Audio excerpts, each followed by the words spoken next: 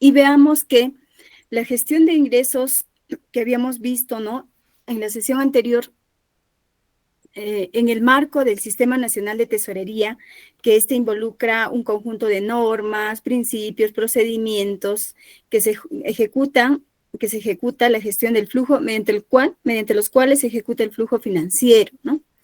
Y definitivamente cuando hablamos del flujo financiero, ahí está relacionado con el tema de los ingresos y el tema de los gastos, y además el tema de la liquidez, ¿no?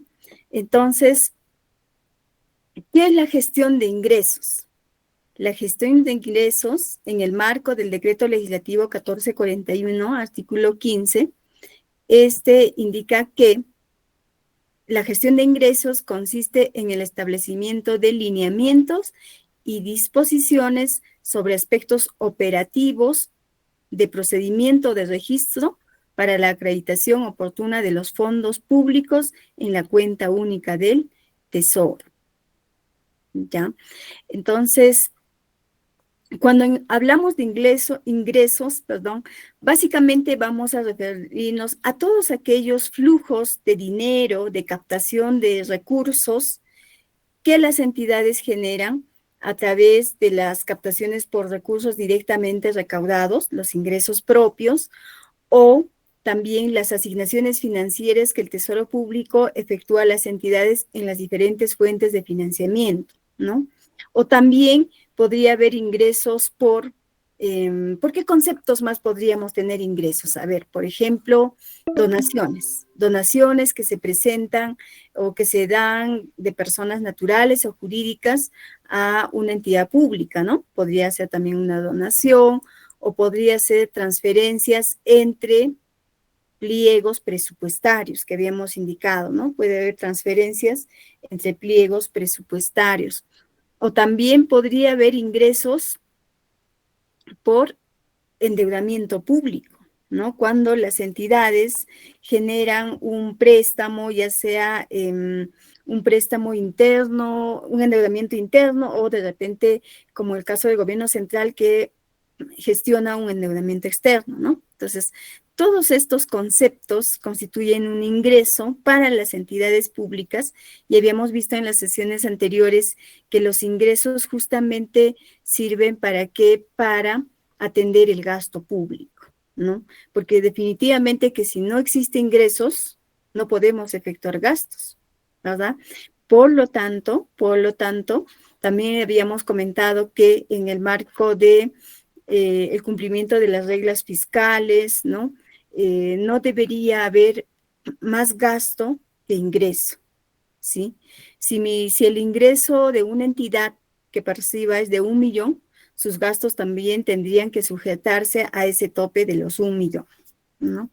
Entonces, vamos a ver en esta sesión cuán importante es el tema de los ingresos, porque ojo que no es tanto de que de pronto, bueno, ya recaudo, no sé, ¿no? Y lo que sí me interesa, me llama la atención, el tema de gastos, pagos.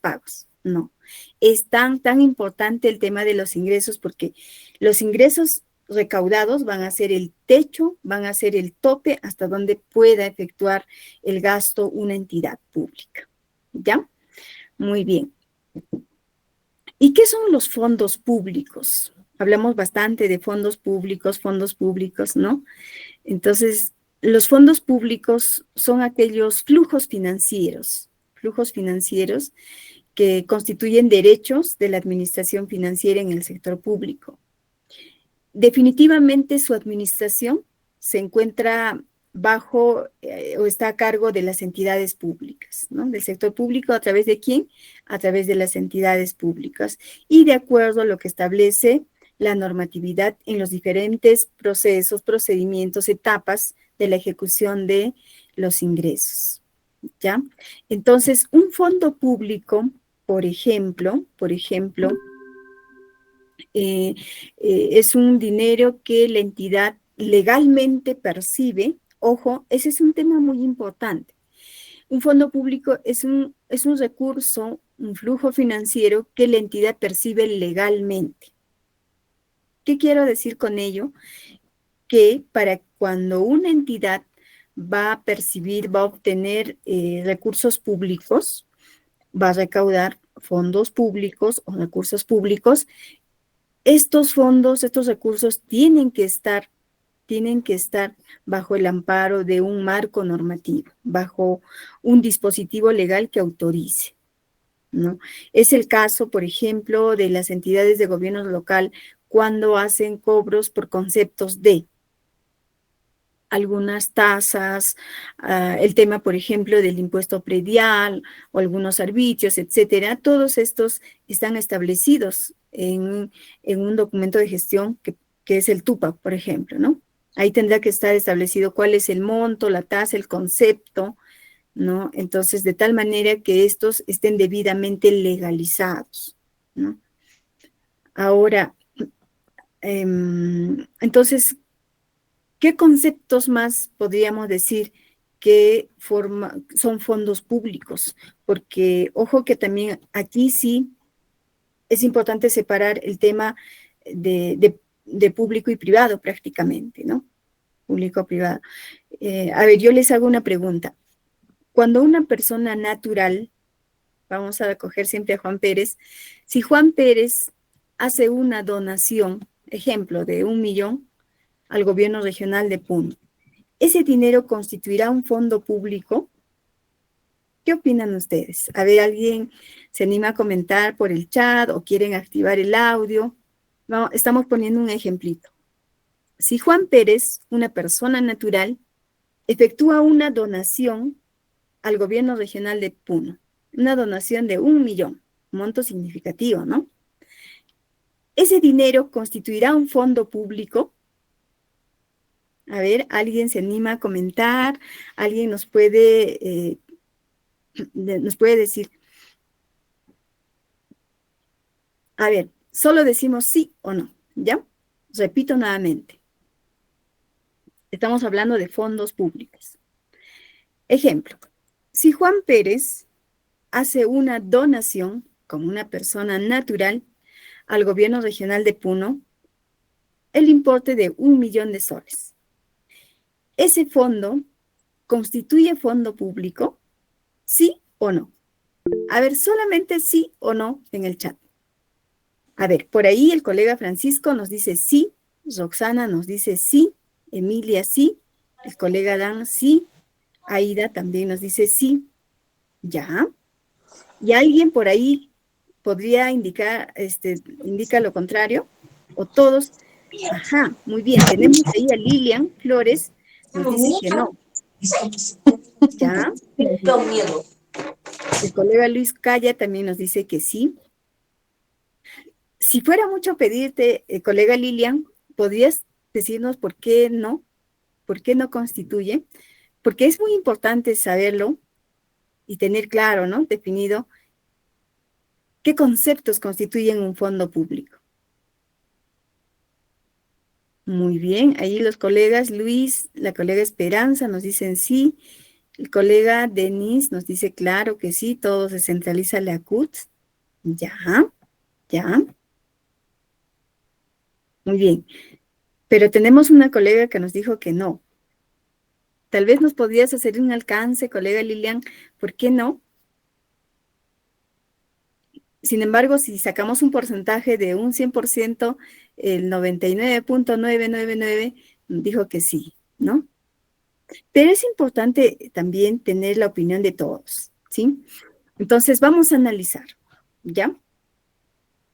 Desde el momento que Juan Pérez, para el ejemplo, desde el momento que Juan Pérez decide efectuar una donación a una entidad pública, ojo, porque si Juan Pérez hubiese donado, se me ocurre, a una organización privada, a una empresa, ¿no?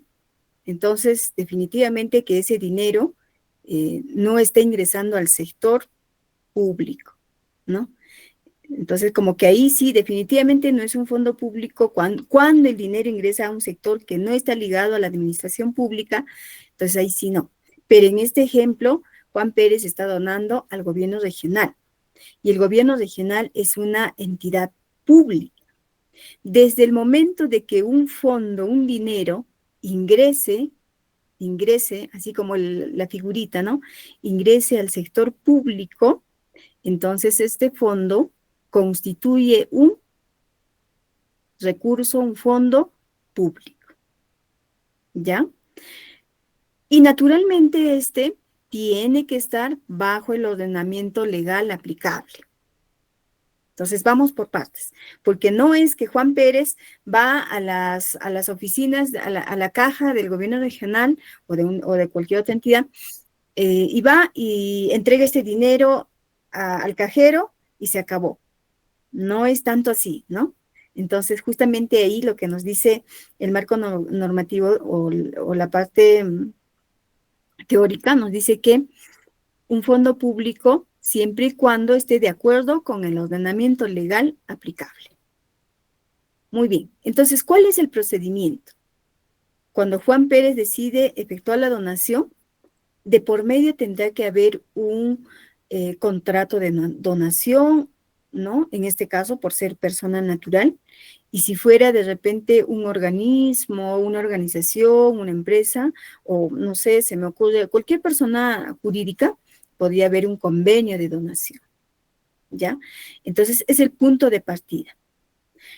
Existe este documento que se está poniendo, las dos partes están poniendo el acuerdo, ¿no? Juan Pérez indica que efectuará la donación y la entidad acepta la donación, ¿ya? Es el punto de partida. Ahora, la entidad, ¿qué tiene que hacer? De igual manera tendrá que tomar conocimiento, en este caso, por acuerdo de consejo, ¿no? El consejo toma conocimiento y por acuerdo de consejo aprueban la recepción de esta donación. De tal manera que este fondo que ya ingresó al fondo público, que ya ingresó a la administración pública, entonces la entidad, de acuerdo a lo que establece el convenio o contrato de donación, incorporará al presupuesto, destinará los recursos a la meta o a las metas por las cuales establezca este contrato o convenio de donación y para efectos de la ejecución, es decir, para el gasto, efectivamente, lo que dice nuestro colega Denis, cuando estos fondos ingresaron, ¿no?, a la entidad, estos fondos deben ser centralizados en la cuenta única del Tesoro. ¿Por qué? ¿Quién lo dice? ¿Quién lo dice? Lo dice el decreto legislativo 1441, actualizado, fortalecido por el decreto 1645 y la resolución 073.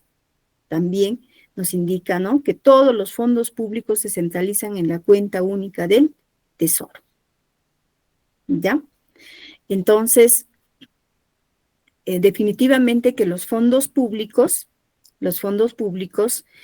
son aquellos recursos que las entidades administran, ¿no?, bajo el marco normativo, bajo el ordenamiento legal que aplica a cada caso. Y a la inversa. Por ejemplo, si se trata de recaudaciones, los recursos directamente recaudados, ¿son fondos públicos? Sí, ¿verdad? Definitivamente, ahí no hay ninguna duda, son fondos públicos. Y al ser fondo público, ¿qué implica? Que su uso desde el ingreso, ¿no?, el uso, a dónde se está destinando, etcétera, también tiene que estar orientado al cumplimiento de los objetivos institucionales, tiene que estar orientado a la pagaduría de la atención de obligaciones para cumplir, decíamos también en la sesión anterior, ¿no?, para atender las necesidades de la ciudadanía, de la población, ¿ya? Entonces, siendo un recurso directamente recaudado, un fondo público, por ninguna razón, la entidad podría disponer, digamos, de manera indiscriminada, o por decir, yo lo recaudé y yo decido en qué lo gasto, por ninguna razón. De manera anecdótica les cuento que años atrás había una entidad cuyo titular decía que esos, cuando recién en el año 2000, ya me acordé, cuando en el año 2013 sale el tema de la centralización de los recursos directamente recaudados a la CUT, ¿no?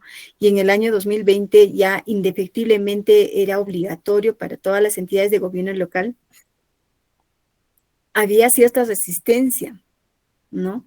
De alguna manera, tal vez los titulares de pliego de las entidades pensaban de que, ¿cómo es eso de que yo recaudo y lo tengo que pasar a la cuenta única del tesoro? Se utilizaba un mal concepto, se pensaba de que esos fondos se va a ir al tesoro, ¿no? Y había una entidad que decía, no, ese es mi dinero y yo no lo puedo pasar a la CUT, ¿no? Entonces, como que pareciera que yo lo recaudé y yo lo tengo que gastar en lo que yo decida. Y no, no tanto es así, ¿no? En el sector privado sí. El propietario puede determinar, decidir, es un poco más flexible, por decirlo así, ¿no? Pero el sector público, les decía también en la sesión anterior, en el sector público no hay nada que inventar, todo está escrito, están las normas, procedimientos, resoluciones directorales, directivas, por lo tanto, va este tema, ¿no? El ordenamiento legal aplicable. Entonces, es importante tener en cuenta que los fondos públicos, por mucho que sean captaciones de ingresos propios de las entidades, estos no se pueden disponer, digamos, a libre, pues, disponibilidad del titular o de la entidad, ¿no? Muy por el contrario, estos tienen que utilizarse, tienen que eh, incorporarse en el presupuesto, centralizar, depositar en los plazos, centralizar a la CUT, etcétera, etcétera, temas que lo vamos a ir desarrollando en las siguientes láminas. ¿Ya? Muy bien, entonces no olvidemos que fondos públicos son todos aquellos recursos que ingresan legalmente a la entidad y que estos nos servirán para efectuar el gasto público. Por favor, si tienen alguna consulta en cualquier momento, pueden levantar la manita o pueden hacerla mediante el chat, ¿ya? Muy bien. Entonces, enseguida vamos a ver la estimación, determinación y recaudación de los ingresos públicos. Cuando hablamos de estimación, ahí un poquito adelantamos la sesión anterior, la ejecución de ingresos también tiene sus etapas y sus fases, al igual que la ejecución de gastos. Entonces, cuando hablamos de ejecución de ingresos, vamos a hablar de dos etapas marcadas, ¿no? Acá lo estoy separando con unas líneas entrecortadas. La primera etapa, que tiene que ver con un tema presupuestal. Un tema presupuestal. Esta es la primera etapa, etapa 1, ¿no? El tema presupuestal, que ojo, el tema presupuestal tiene, tal como indica su nombre, presupuestal. Estoy presumiendo, estoy suponiendo, presumiendo, ¿no? Haciendo un presupuesto, estoy presuponiendo que voy a percibir, ejemplo, 1.000.000 durante el ejercicio 2025. ¿Ya? Y la otra etapa, que tiene que ver ya con la ejecución, es decir, lo que realmente la entidad recauda. Entonces, en la primera etapa se va a hablar de la estimación de ingresos. Esta estimación de ingresos, que tiene que ver con la programación de ingresos. A ver, pregunto, ¿en qué documento creen que se plasmará esta estimación, programación? ¿En qué documento una entidad podría verificar su programación de ingresos o su estimación? A ver si nos comentan por el chat. ¿En qué documento estará la estimación, la programación? ¿Alguien nos puede comentar? ¿Dónde lo vemos dónde se verá esta estimación en una entidad pública? ¿En qué documento fuente? ¿Nadie? ¿Alguien no se anima? O en todo caso, segunda pregunta. ¿Quién será el encargado en una entidad pública de efectuar la estimación, la determinación, esta etapa presupuestal? ¿Qué área será el encargado? A ver, por ahí el colega Denis nos dice que la estimación, lo puede ver en el PIA, nos pregunta, ya, en el PIA, ya. La colega Lina nos dice presupuesto. Colega Percy Chambilla nos dice la oficina de presupuesto. Muy bien, colegas, muy bien. Abigail nos dice OPP. Perfecto. Colega líder dice planificación y presupuesto. Muy bien. ¿Alguien más? Rocío nos dice presupuesto. Elvis Pari nos dice el presupuesto institucional, el responsable es en el presupuesto institucional, el responsable es el tesorero. Francisco Pampa Valencia nos dice tesorería. Les digo que vamos tibio, tibio, tibio. A ver, ¿quién más, colegas? A ver, y me parece excelente su participación, porque de pronto hemos hablado de la estimación que tiene que ver con el presupuesto y pareciera que presupuesto, ojo, es tu tarea, ¿no? Pareciera algo así. A ver, Francisco, colega Waldir, tesorería, tesorería. Como que la balanza, vamos a ver, presupuesto y tesorería, como que ahí está, ¿no? A ver, ¿qué opinan, colegas? Él, y muy bien al colega Denis, efectivamente el documento donde va a salir el resultado final de la estimación, de la estimación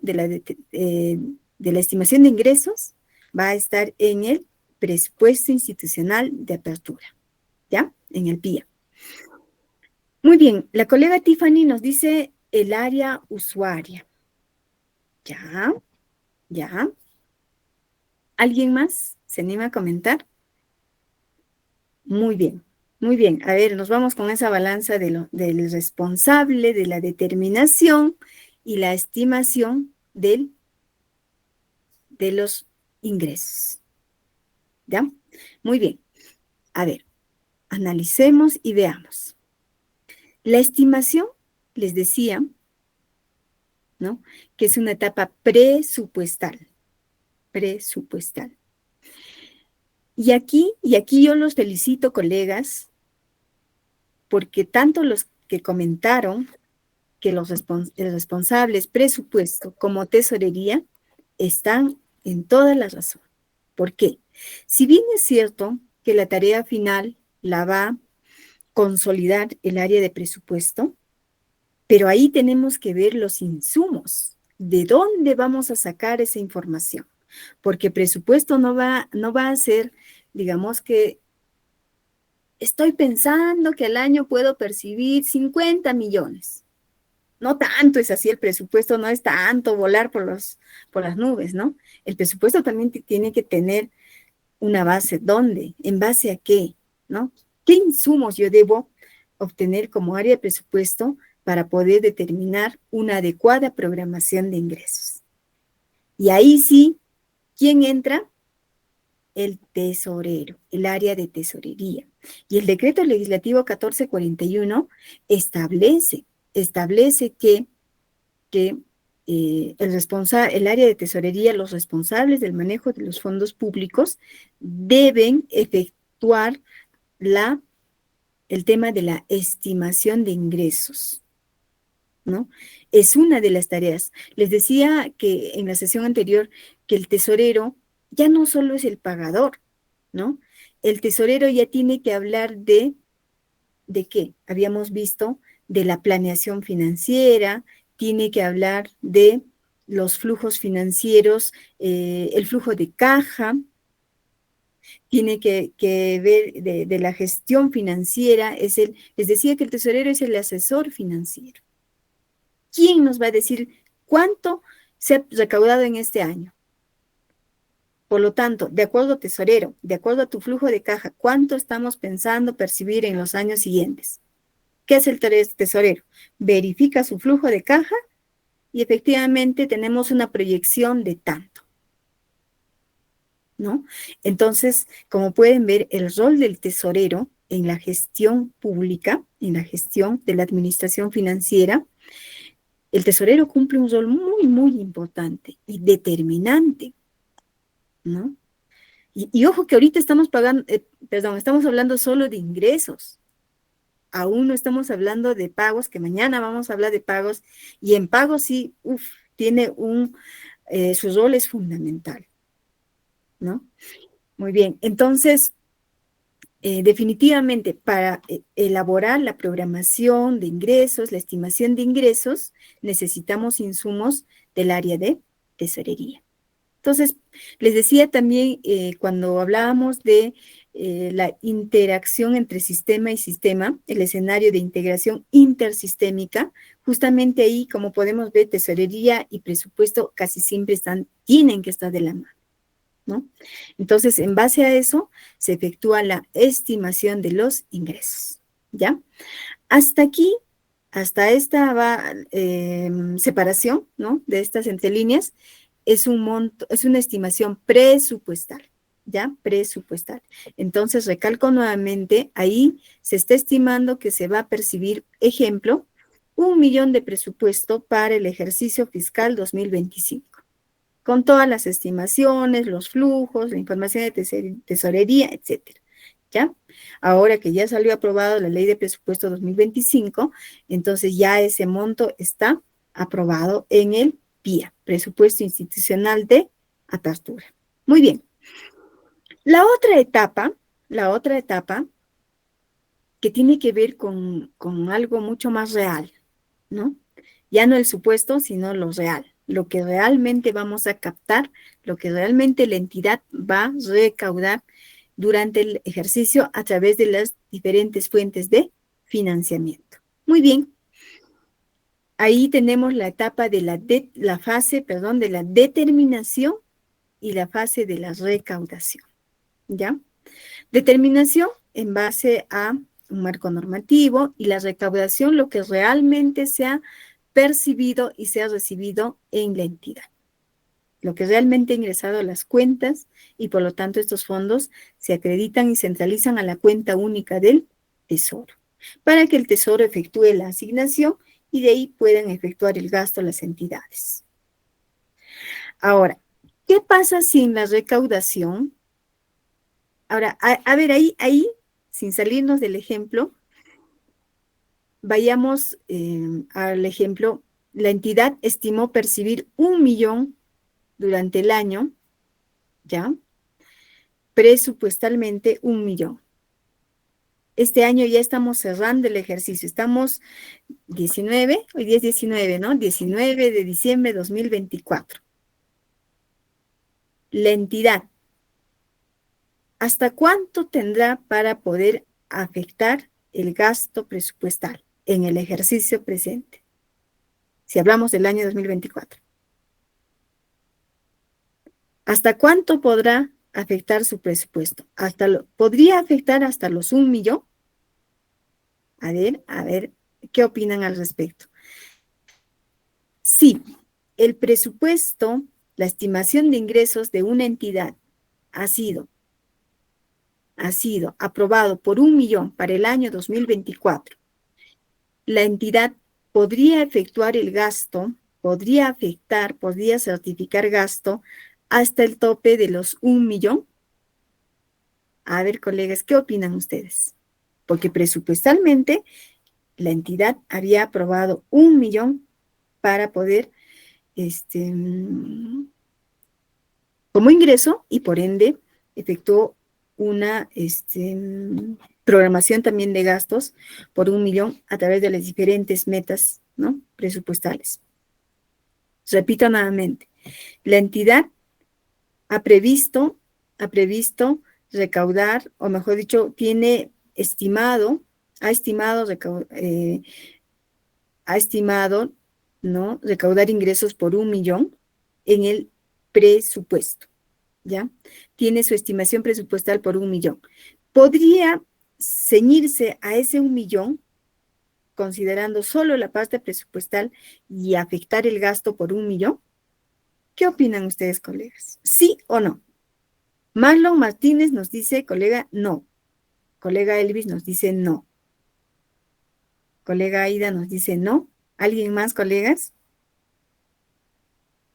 Y les pregunto, Depende.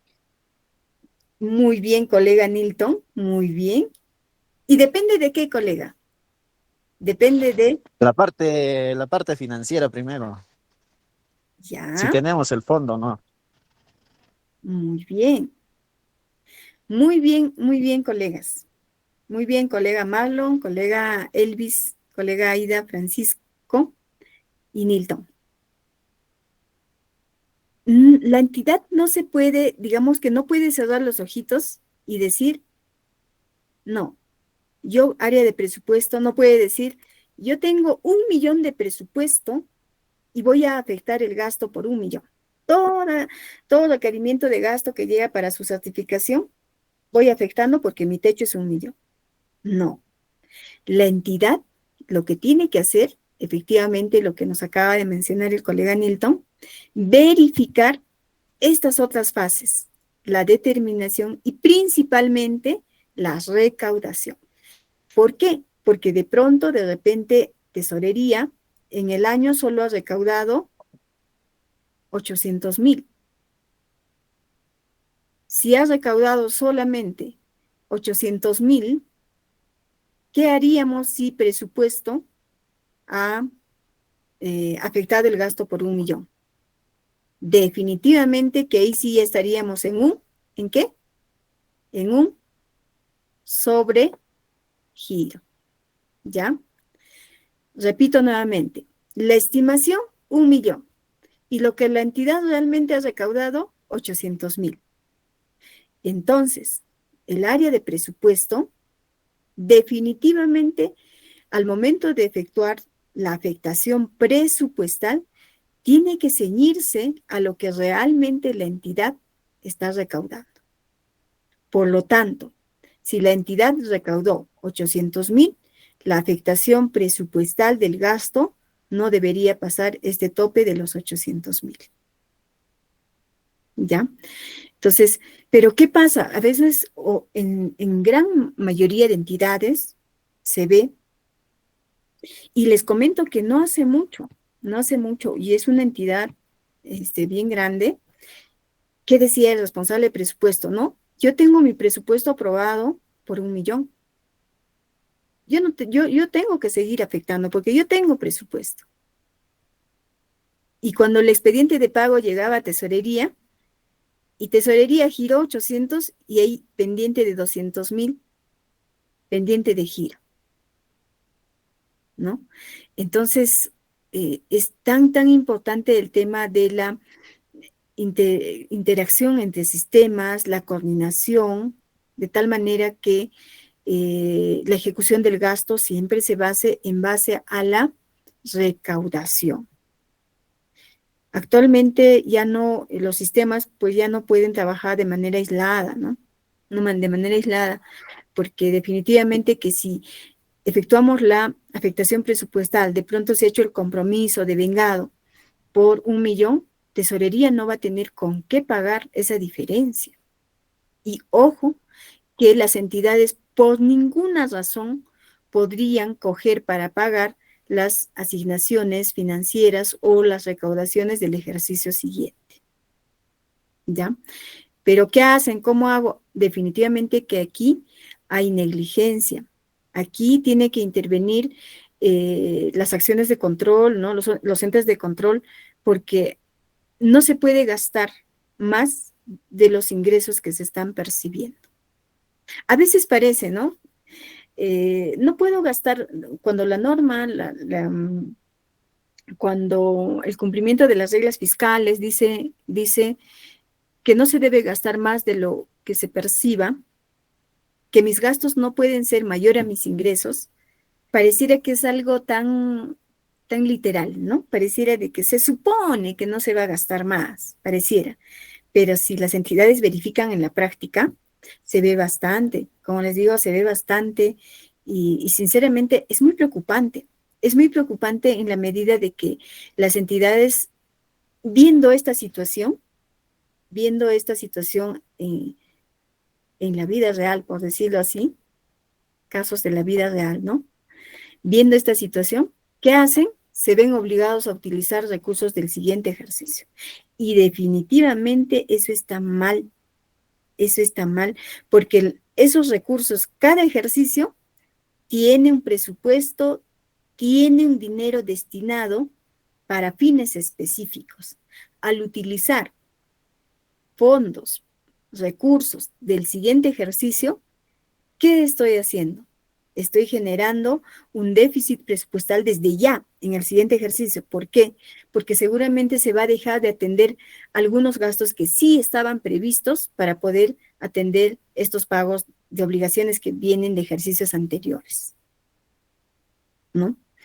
Entonces, ¿y qué dicen las normas? ¿Qué dicen las normas de control al respecto? ¿No?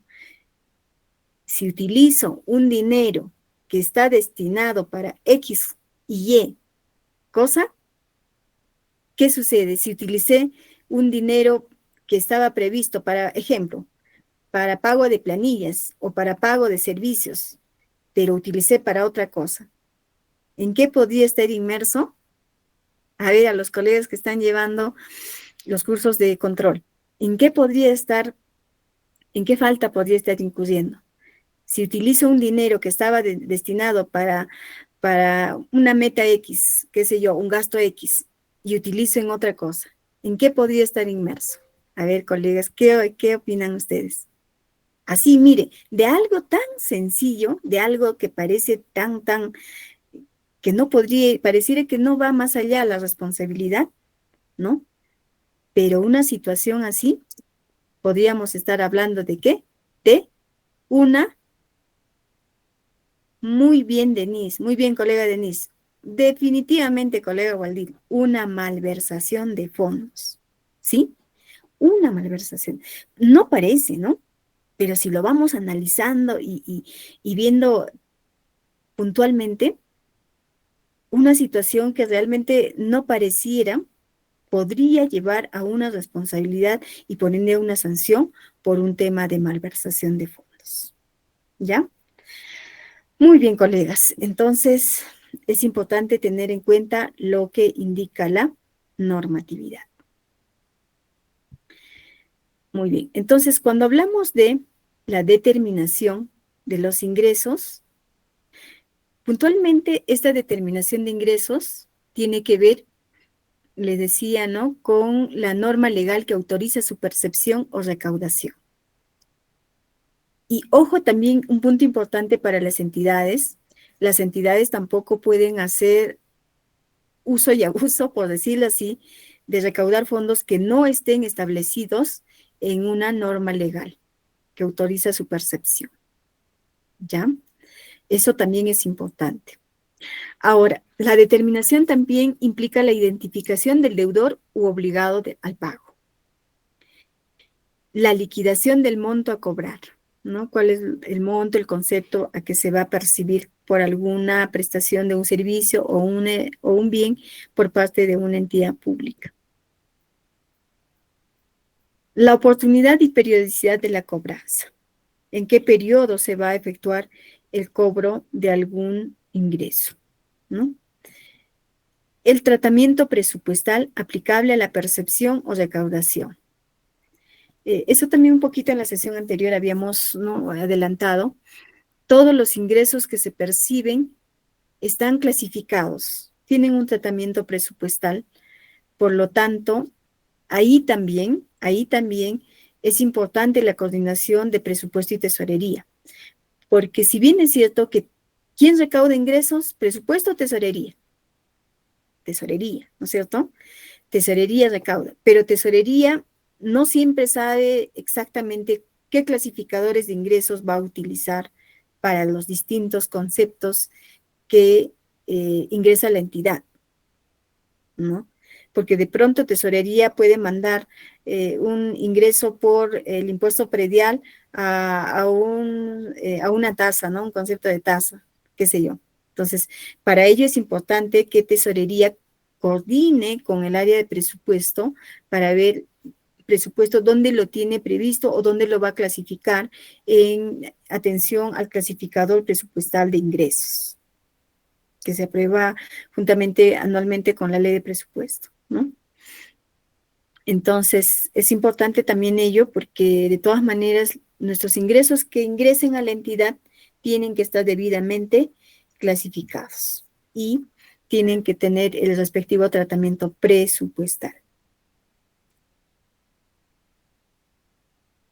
Ahora, ahí antes de pasar, si bien es cierto, todo ingreso a la entidad tiene un tratamiento presupuestal, ahí también es importante tener en cuenta que hay conceptos que tienen una incidencia no presupuestal, ¿no? Por ejemplo, cuando tenemos ingresos que provienen de retenciones del 10%. A ver, ahí pregunta, y estamos hablando de fondos públicos de ingresos. Cuando efectuamos retenciones del 10% por garantía de fiel cumplimiento, estos fondos, estos recursos, este dinero que hemos retenido, forman parte del presupuesto y tienen podríamos utilizarlos libremente, podríamos gastarlo, por decirlo así, porque ojo que les estoy indicando que no tiene incidencia presupuestal.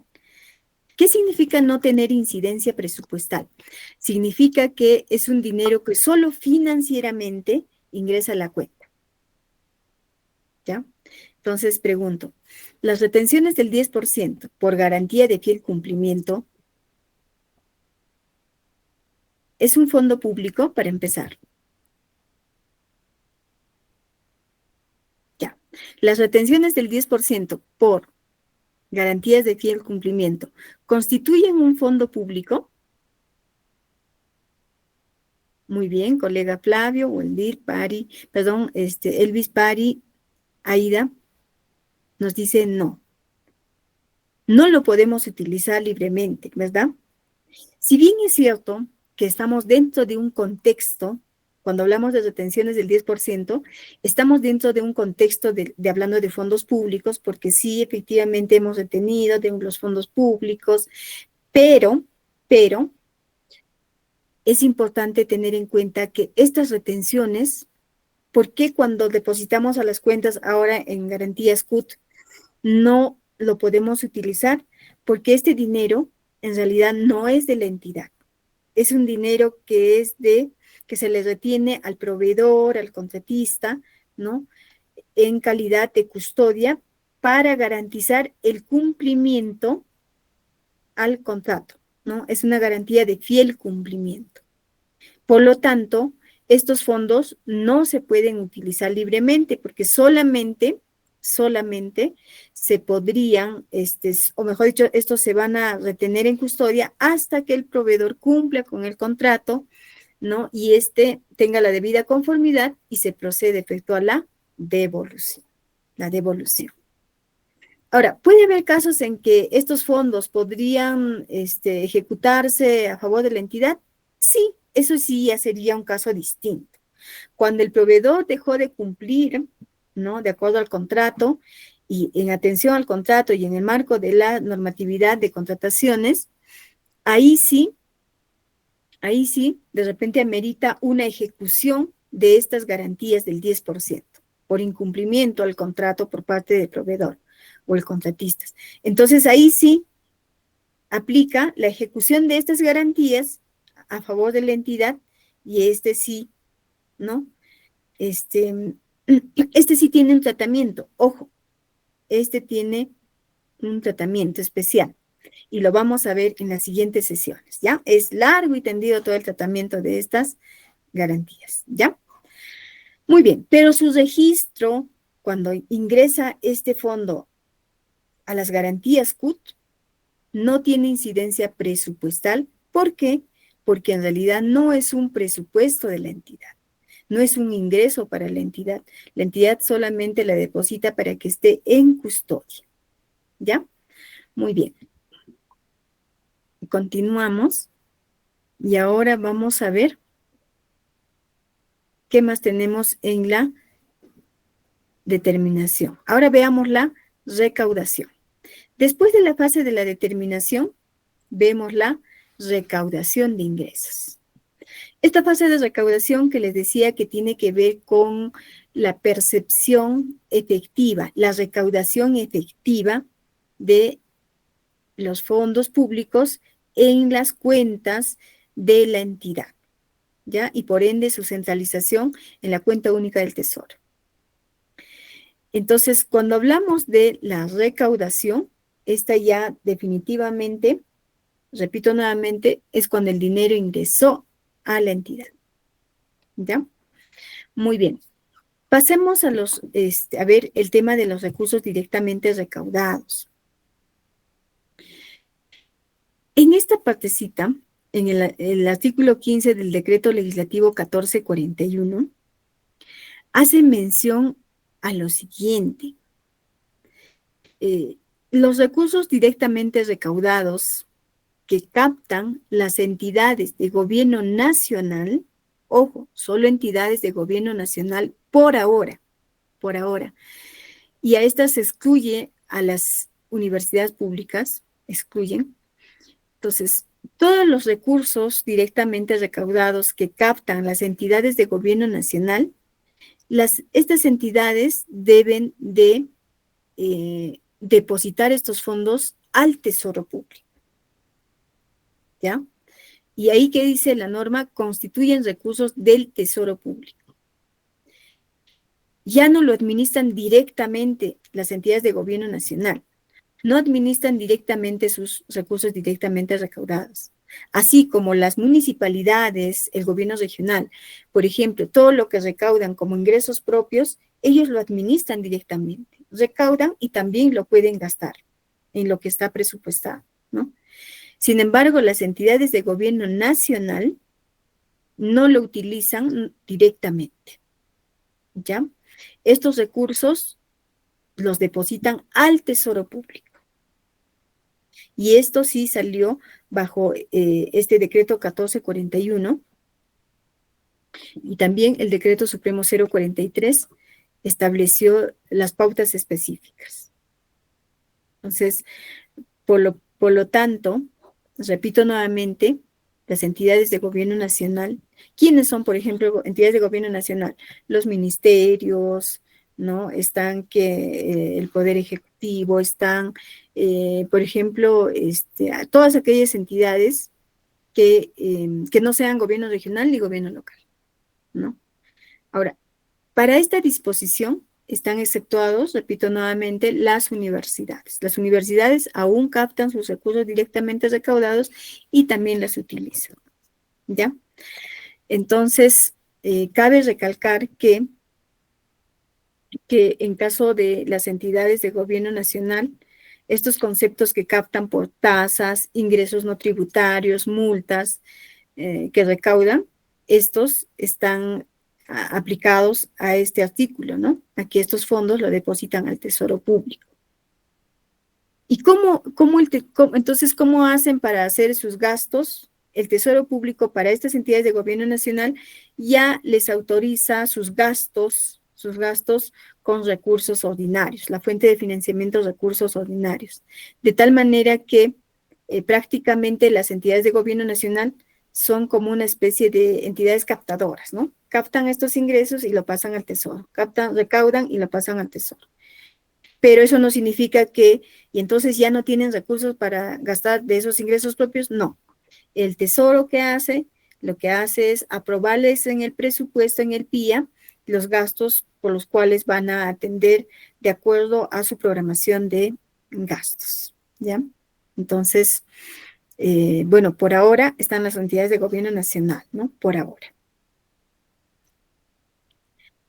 Ahora, en cuanto a las entidades de gobierno local, a las municipalidades, todos los recursos directamente recaudados, así como los impuestos municipales, se estableció que a partir del 1 de abril del año 2020,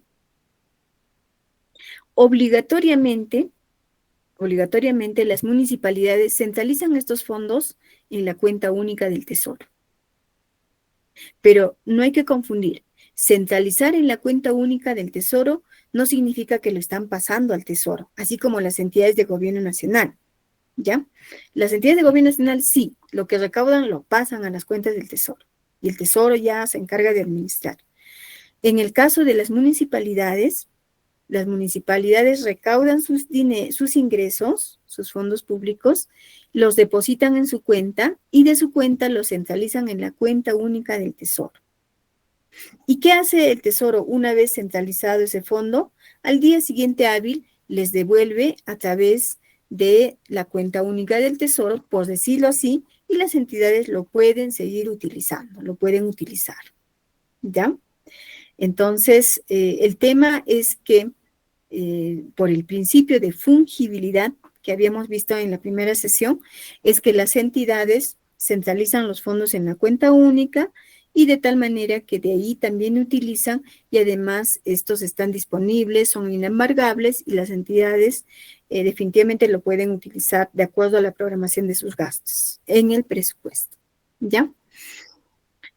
Y justamente para que el Tesoro proceda a efectuar esta asignación, es un requisito indispensable que las entidades previamente centralicen estos fondos, que los centralicen a la CUT para que el Tesoro proceda a efectuar la asignación financiera. Muy bien. Asimismo, ¿qué sucede cuando hay municipalidades pequeñitas, no tienen una agencia bancaria en la localidad y sus ingresos son menores al 25% de una UIT, ¿no? Por lo tanto, como no tienen una agencia bancaria, no pueden depositar en el plazo de las 24 horas, porque el plazo para efectuar el depósito es de 24 horas. Entonces, en esos casos, nos dice la resolución directoral 050-2012, artículo 11, que excepcionalmente estas municipalidades que tengan estas dos condiciones, repito nuevamente, que sus captaciones en el mes, que sus recaudaciones en el mes no superen el 25% de una UIT y además que no tengan una agencia bancaria en el lugar, ¿no? Por lo tanto, no pueden cumplir con el plazo de depósito de 24 horas. ¿Qué pueden hacer excepcionalmente estas municipalidades? Pueden utilizar estas recaudaciones, estos recursos, en la modalidad de caja chica. Ojo, en la modalidad. No está diciendo que lo puede gastar como caja chica o no, que lo puede gastar en la caja chica. No, lo puede utilizar en la modalidad de caja chica, es decir, parecido a la caja chica. ¿De acuerdo a qué? De acuerdo a las condiciones que señale la directiva, que debe aprobar el titular de pliego. ¿Ya? Es muy delicado, por favor, esta disposición. Vale aclararlo bien. Es una excepción solo para aquellas entidades que captan recursos en el mes inferiores al 25% de una UIT. ¿Ya? Y cuando dice que pueden utilizar en la modalidad de caja chica, y les decía, ¿no? Parecido a la caja chica, es decir, que si en el mes una municipalidad pequeñita recaudó, se me ocurre, ¿cuánto sería el 25% de la UIT? A ver, colegas, ustedes que están al tanto con la UIT. Aún el valor de la UIT para este ejercicio es de, ¿cuánto? ¿Cuánto es el valor de la UIT para el año 2024? A ver, colegas, como manera a ver, colega Víctor está levantando la mano. Adelante, colega Víctor. Colega Víctor, ¿desea participar? Levantó la manita. Buenas noches, 5.300 es una UIT. Muy bien, 5.300 para este año 2024, ¿verdad? ¿Sí? Muy bien. Sí, sí. Listo. Muchas Así es. gracias. Sí, adelante, adelante. Gracias. Muy bien. Entonces, el cálculo del 25%, ¿cuánto será? El 25% de la UIT del 2024. A ver, el primer colega que nos avise cuánto es el 25%, vamos a mandarle una estrellita virtual. A ver, ¿cuánto es el 25% de la UIT para el año 2024? A ver, ahí tenemos. ¿Alguien está comentando? ¿Alguien está levantando la manita? ¿Están todos de acuerdo que el valor de la UIT del año 2024 es 5.300, colegas? ¿Colegas están presentes por ahí? Colega Bartol Disculpe, dice, sí, sí. 350. ¿Cuánto, perdón? Buenas noches. 5.500, Sí, 5.350.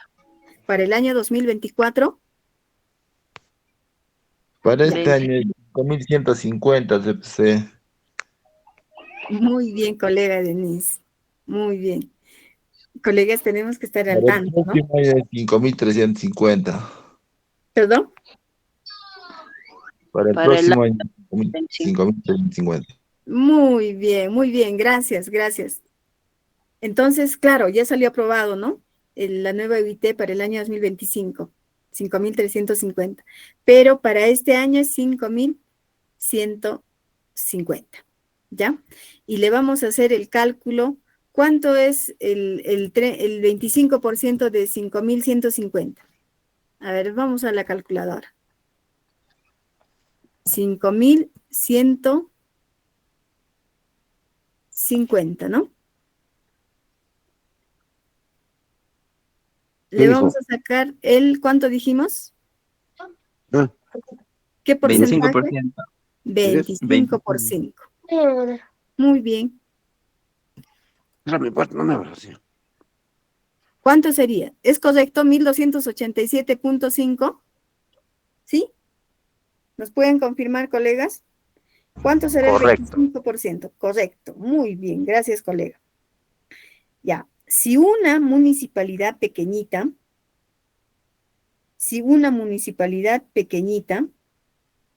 capta un importe menor a 1.287.5, entonces, dice esta resolución 050-2012 que se podría utilizar similar a una caja chica. Es decir, lo que ha recaudado también podría gastarlo. Pero ojo, ¿cómo sería si la entidad de pronto recauda, 3.000 soles? Si recauda 3.000 soles, ya no cumpliría este requisito, ¿verdad? Por lo tanto, el tope máximo es del 25%. Ahora, sin embargo, no significa que el 100% de estos ¿cuánto nos salía? 1.287 lo utilice de manera directa. Es decir, recaudo y efectúo pagos. No, solo lo que necesite. De repente la entidad, esta recaudación del mes, ¿no? La puede depositar cada semana o cada 15 días. Hablando de una entidad pequeñita, de repente muy alejada, entonces cada 15 días va a ser el depósito. Por lo tanto, de pronto en la directiva que apruebe el titular, apruebe que el 50% lo utilizará de manera directa, en efectivo, y el otro 50% lo depositará en la respectiva cuenta cada 15 días. ¿ya? Porque ojo que es muy delicado el manejo de fondos públicos, ¿no? Entonces, justamente a eso se refiere la resolución directoral 050-2012, artículo 11, que además debe aprobarse, además de la directiva que debe aprobar el titular del pliego, para garantizar la transparencia y el uso adecuado de dichos recursos, y así como el registro de la información del ingreso y del gasto en el CIAF, ¿no? Se tiene que establecer un procedimiento, y la directiva tiene que ser bastante clara, ¿no? ¿Quién va a ser el responsable? ¿De qué manera se va a utilizar? ¿Qué porcentaje? ¿Cómo se va a registrar el ingreso en el CIAF? ¿El gasto? ¿Se va a hacer una liquidación? ¿Establecer los formatos? Etcétera, y etcétera, ¿no? Tiene que estar debidamente establecida en la directiva, ¿ya?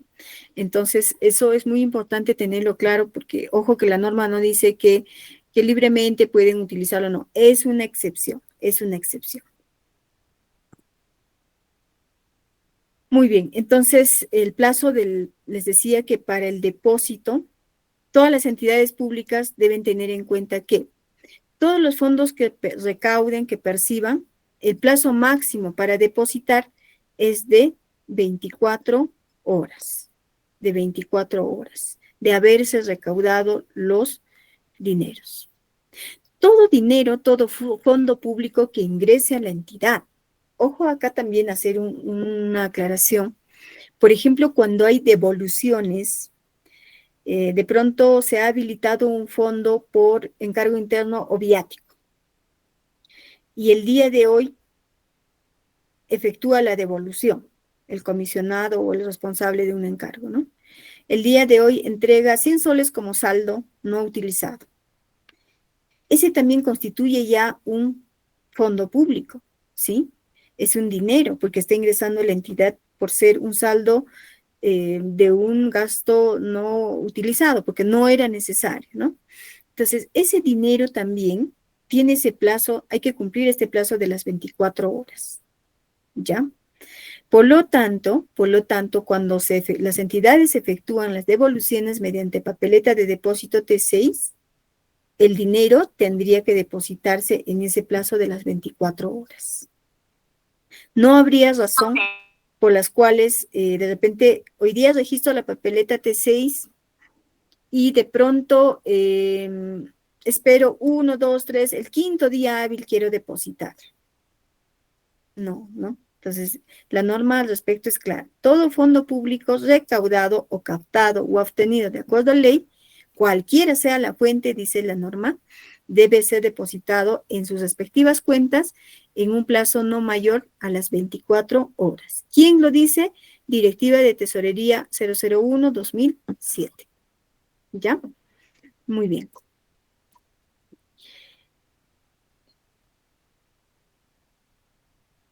Ahora, este depósito se realiza en el plazo de las 24 horas, pero cuando se trate de cheques de otros bancos, ¿no? Ahí el banco requiere efectuar un proceso de canje, ¿no? Entonces, en este caso, se aplicará ese plazo adicional de canje que tengan estas entidades financieras. En ese caso, sí hay una excepción de este plazo de las 24 horas. ¿Por qué? Porque amerita realizarse el proceso de canje de los cheques, de tratarse de otros bancos que no sea el Banco de la Nación.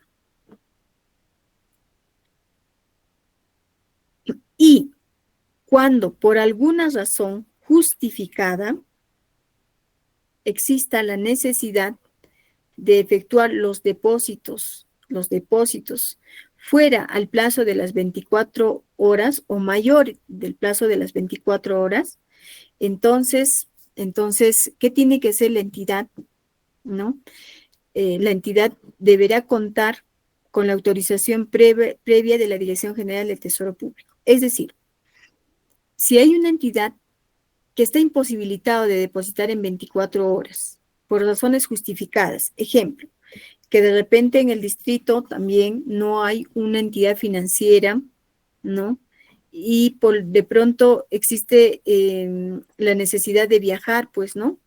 Se tiene que hacer de repente un viaje de más de 3, 4 horas y además el costo del pasaje va a ser alto y de repente lo que es recaudado ni siquiera va a alcanzar para cubrir esos gastos. Entonces, si esta entidad requiere un plazo mayor de las 24 horas, ¿no? En ese casito, debe presentar un oficio a la Dirección General del Tesoro Público para que la dirección autorice este plazo y tiene que ser un plazo prudencial, porque la entidad no podría solicitar que se me autorice en un plazo de quiero depositar cada mes. No es prudencial, ¿no? En un mes puede pasar N cosas, de repente el dinero se pierde, se sustrae, se queda en préstamos o etcétera. Entonces, el plazo prudencial por lo menos una vez a la semana. En esos casos, las entidades pueden solicitar la autorización al Tesoro Público para depositar en plazos mayores a 24 horas. Muy bien. Ahora pasemos al tema de la ejecución de los ingresos por fuente de financiamiento, rubro y tipo de recurso. Tipo de recurso. Cuando hablamos de ingresos, justamente aquí vale recalcar que los ingresos les decía que estaban agrupados en distintas fuentes de financiamiento, ¿no? Fuera de estas fuentes, no puede haber un fondo que esté al aire o que no constituya un fondo público, ¿ya? No puede haber un dinero que acá lo voy a tener en custodia o de repente que un dinero que ingresó y está ahí al aire, no. Todos los fondos públicos que administran las entidades públicas están agrupados o están inmersos dentro de alguna de estas 5 fuentes de financiamiento. Y ojo que solo hay 5 fuentes de financiamiento.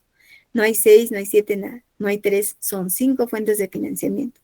Que alguna entidad puede tener 2, 3, 4, puede ser, ¿no? De repente, no todas las entidades manejan las 5 fuentes de financiamiento. Por ejemplo, los más usuales son recursos ordinarios, recursos directamente recaudados, recursos determinados, y vamos a ver en la siguiente lámina qué rubros de financiamientos están dentro de este, ¿no? Y de repente algunas entidades pueda que tengan donaciones y transferencias y otras no, así como recursos por operaciones oficiales de crédito. Entonces, es importante tener en cuenta que si hay un ingreso a las entidades, hay algún ingreso de un fondo público, necesariamente tendrá que estar en alguna de estas fuentes de financiamiento. ¿Ya? No puede estar al aire, por ninguna razón. Por ninguna razón. Y aquí solo cabe recordar que todas las fuentes de financiamiento generan saldo de balance, excepto la fuente de recursos ordinarios, ¿no? Los recursos ordinarios son fondos que sí o sí se tienen que utilizar en el ejercicio. Si se dejó de utilizar algún importe, entonces estos fondos la entidad ya no los puede recuperar, ya no lo puede utilizar en el siguiente año. Ejemplo, si con recursos ordinarios una entidad pública ha hecho un compromiso de vengado por 5 millones al 31 de diciembre, este devengado aún puede ser girado hasta el 31 de enero del ejercicio siguiente.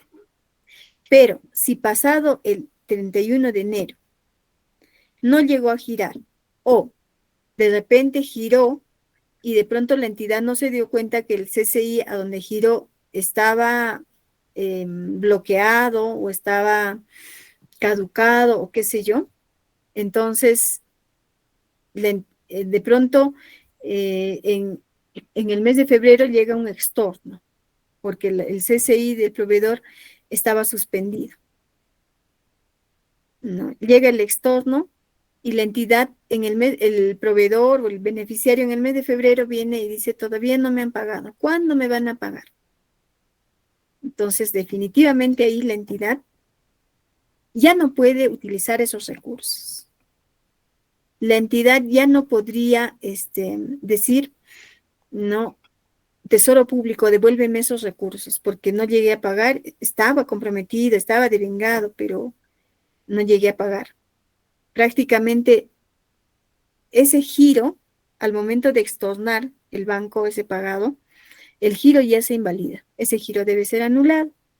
Y como ese devengado ya no se puede girar en febrero, marzo, porque repito nuevamente, todos los devengados al 31 de diciembre solo se giran hasta el 31 de enero del año siguiente.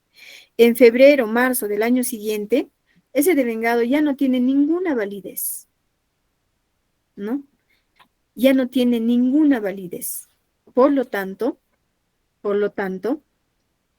definitivamente que los fondos hay que tener mayor cuidado, ¿no? Hay que tener mayor cuidado, ¿ya?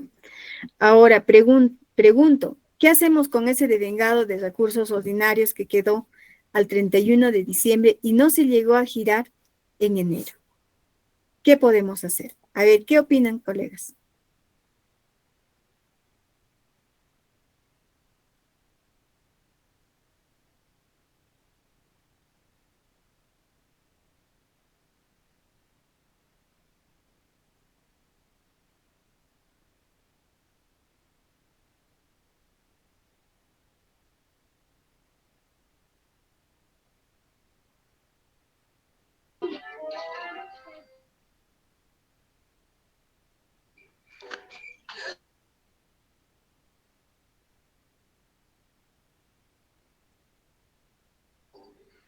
Pasa a reconocimiento de deuda.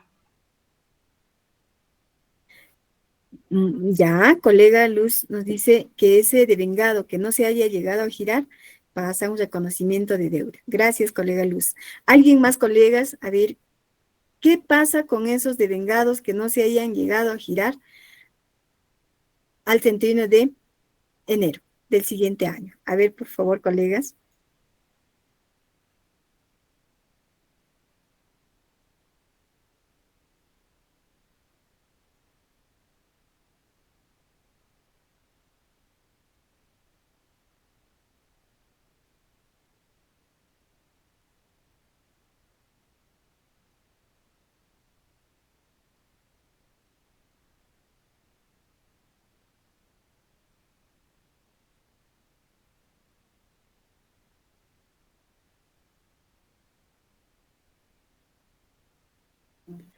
Adelante, colega Víctor, está levantando la manita.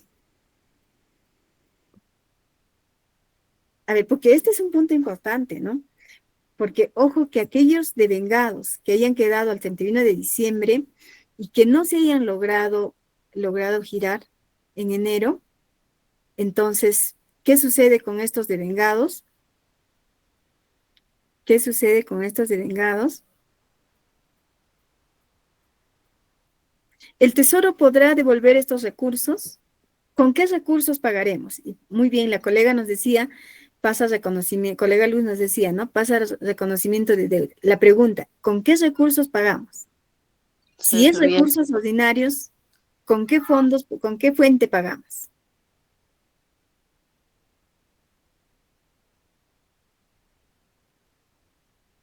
A ver, ahí, colegas, hacerles una aclaración. A ver, les pregunto, ¿podríamos pagar con recursos ordinarios? ¿Sí o no? A ver, solo eso, colegas. Si no he llegado a girar un devengado que estaba registrado con la fuente de recursos ordinarios al 31 de diciembre y no se logró girar al 31 de enero del próximo año, no se llegó a girar, ¿podré pagar con los mismos recursos ordinarios? No.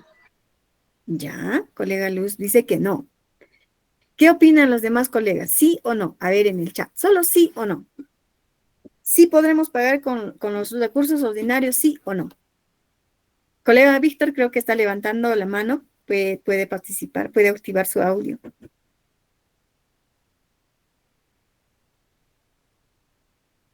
Porque acá va a haber dos aspectos, ¿ya? Va a haber dos aspectos. ¿Nadie se anima a comentar por el chat? ¿Podríamos pagar con los mismos recursos ordinarios? ¿Sí o no? ¿Es sí, no o dependiendo? A ver, ¿qué opinan, colegas? ¿Nadie se anima? ¿Colegas están ahí? ¿Están presentes? Pareciera que todos se han ido, colegas. A ver, por favor, ¿podemos levantar la manito si estamos ahí? Colega Denise, si está.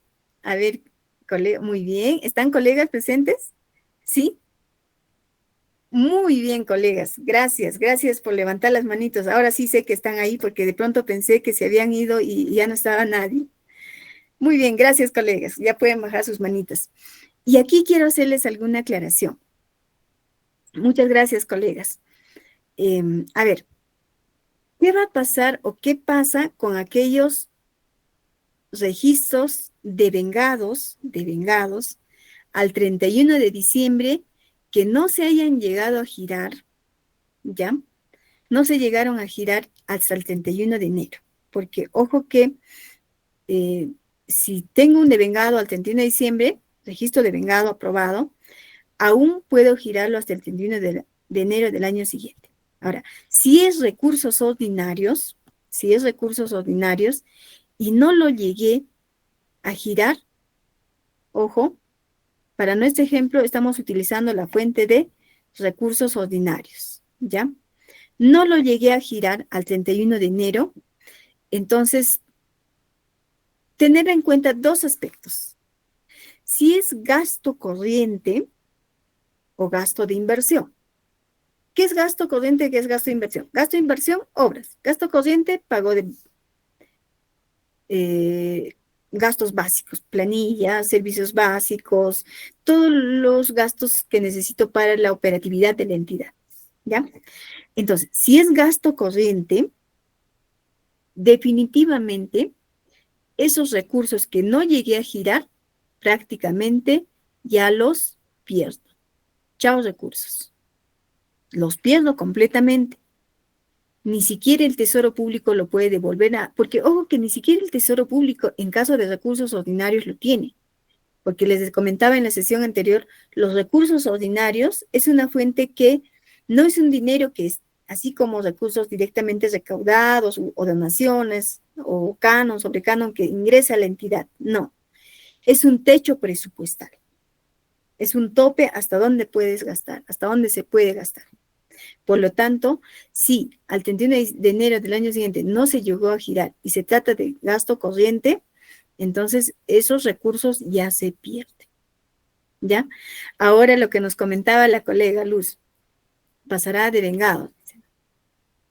Y hace un momentito hablábamos del tema de la malversación de fondos, el déficit presupuestal que se va a generar, ¿no? El sobregiro. Prácticamente por ahí la entidad sí tiene una responsabilidad muy delicada. Porque es cierto, de alguna manera lo que dice la colega Luz, sí, pues entra a tallar. ¿Por qué? Porque por una parte hay una obligación de pago por parte de la entidad, hay un contrato de por medio. El beneficiario no se va a quedar, va a decir, chao recursos y qué bueno, porque la norma dice tal, ¿no? No, el beneficiario, el proveedor, contratista, sí o sí va a exigir que se le pague, ¿no? El contratista, el proveedor dirá, a mí no me interesa si es recursos ordinarios, que si vence tal plazo, que si no genera saldo de balance, no, hay una obligación de por medio. Entonces, si hay una obligación de por medio, la otra parte de la entidad tendrá que asumir el pago. Pero ojo, que no debería suceder esa situación, porque no hay un marco normativo que libremente o como un procedimiento regular indique que sí, efectivamente, la entidad procede a efectuar un reconocimiento de deuda. No hay una norma legal que autorice. ¿Ya? Por lo tanto, pero sí hay una obligación. Por lo tanto, hay una obligación y por ende una responsabilidad muy delicada a por qué no se pagó. ¿Ya? Entonces, ahora, como hay una obligación de pago, la entidad bajo su responsabilidad, ¿no? Tendrá que ver la manera de cómo atiende esa obligación. Y con el cuidado de que no también afecte a los otros gastos. Entonces, mínimamente, solución. Tendrá que ver la manera de recaudar mayores ingresos de tal manera que no se vea inmerso en el tema de malversar fondos o de malutilizar o dejar de atender algunas obligaciones, ¿no? Y si ha recaudado mayores ingresos, bueno, de alguna manera con ello tal vez podría atender esa obligación, bueno. Pero lo cierto es que si es gasto corriente, esos recursos ordinarios ya no lo puede utilizar, ¿ya? Ahora, ¿pero qué pasa si es gasto de inversión? En gastos de inversiones, cuando se trata de recursos ordinarios, ahí se puede evaluar y ver el caso de repente de tratar, de solicitar una continuidad de inversiones, ¿ya? Pero para ello también hay requisitos, ¿no? Hay requisitos para solicitar la continuidad y tendría que cumplir con esos requisitos. Hay plazos para solicitar de tal manera que aún pueda de repente atender esa obligación, ¿ya? Entonces, es muy delicado en el caso de recursos ordinarios. Ahora, si hubiese sido otra fuente de financiamiento, ejemplo, Canon, tiene otra figura. Si fue la fuente Canon la que no logré girar al 31 de enero, ahí no es tan complicado como en este casito de recursos ordinarios. Digo, no es tan complicado en la medida de que prioritariamente la entidad debería de cumplir con los plazos, debería de cumplir con sus responsabilidades, ¿ya? Sin embargo, digo que no es tan complicado en la medida de que Canon sí genere un saldo de balance. Si por alguna razón justificada y fundamentada, ¿no? No se logró girar al 31 de enero, entonces definitivamente que ese registro de vengados, no se va a poder volver a girar en ese expediente pasado este plazo. ¿Qué podría hacer la entidad? Procede a anular o rebajar según corresponda y ese saldo sí constituye saldo de balance, podría incorporar ese saldo de balance y con cargo a ese saldo de balance sí podría atender esta obligación de pago. ¿Ya? Sí podría. Ojo, no debería darse porque hay plazos, repito nuevamente, pero de llegar a casos extremos, casos justificados, fundamentados, entonces sí podría atender a pagar con cargo al saldo de balance. ¿Ya? Muy bien. Entonces, cada rubro de financiamiento, cada fuente de financiamiento, de las 5 fuentes de financiamiento, tienen distintos rubros de financiamiento. Y aquí los podemos ver. Fuente de financiamiento y rubro de financiamiento. ¿No son iguales? No, no son iguales. ¿Por qué? Veamos. Por ejemplo, en la fuente de recursos ordinarios, solo hay un rubro de financiamiento. Entonces, la fuente es número 1, nombre, recursos ordinarios. El rubro es 00, nombre, recursos ordinarios. El nombre es igual, pero ¿qué diferencia hay? ¿Sí? Estamos como encuentra la diferencia. Pareciera igual, ¿no? Por el nombre, pero no. La diferencia es esto. La fuente es 1, el nombre sí es recursos ordinarios, pero el rubro es 00, ¿ya? Esa es la diferencia. ¿Listo? Ya. Muy bien. Entonces, ¿pero por qué 1? ¿Por qué 00? Es la clasificación presupuestal, ¿ya? De las fuentes y rubros de financiamiento. En los siguientes vamos a distinguir mejor. 2. Segunda fuente, recursos directamente recaudados. Fuente, 2. Y su rubro, similar. El mismo nombre, sí, pero el rubro ya no es 2, sino es 09. Rubro de financiamiento, 9. Recursos directamente recaudados. ¿Ya? Tercero, similar, acá no distingue mucho. La fuente es 3, recursos por operaciones oficiales de crédito, y el rubro es 19. Recursos por operaciones oficiales de crédito. En estas tres fuentes, como pueden ver, el nombre es igual para la fuente y para el rubro. ¿Qué está distinguiendo? Los números y los códigos o números, ¿no? Que se ha codificado para el rubro, ¿ya? También que está en números. Muy bien. Acá tenemos la fuente de donaciones y transferencias y de igual manera el rubro también tiene el mismo nombre. Y me dirán, ¿pero qué pasa? ¿Dónde están las diferencias? ¿Por qué todo igual? ¿No?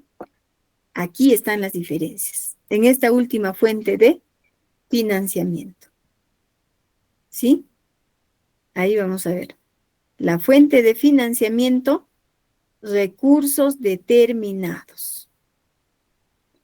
Acá sí vemos la diferencia, ¿verdad? La fuente es recursos determinados. Su número es 5, pero como pueden ver, fuente, repito nuevamente, recursos determinados.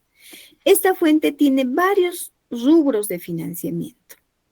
Primer rubro, 04, que significa contribuciones a fondos. Rubro 07, Fondo de Compensación Municipal, el famoso Foncomún de las municipalidades.